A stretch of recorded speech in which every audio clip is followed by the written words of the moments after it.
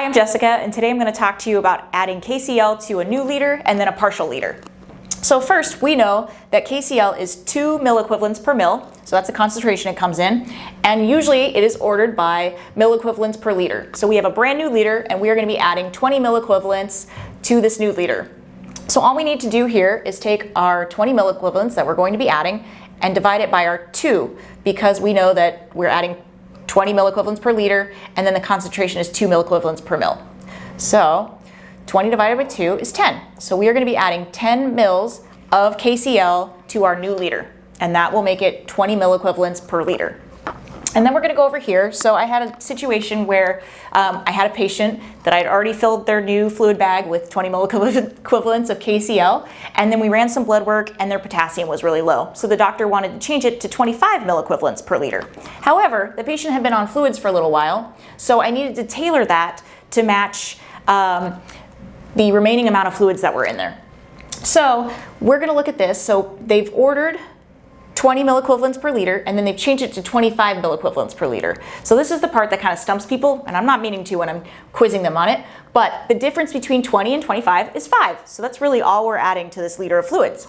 So we're going to actually add 5 milliequivalents to make up the difference. And then we need to tailor it to our 750 mils. So to do that, you're going to take 750, because it is part of a liter, over 1,000, and I'm going to multiply that. So 750 divided by 1,000 ends up being 0.75. I use a calculator for everything because it's really important to get it correct, right? So that means that we have 5 MEQs per liter, and this ends up being a part of our liter by 0.75. So then we're going to do 0.75 times 5, and that is 3.75. So we're going to actually end up adding 3.75, because that is part of our liter, milliequivalents. I should move this over. And then we need to take our 3.75 milliequivalents and divide it by our 2 milliequivalents per mil.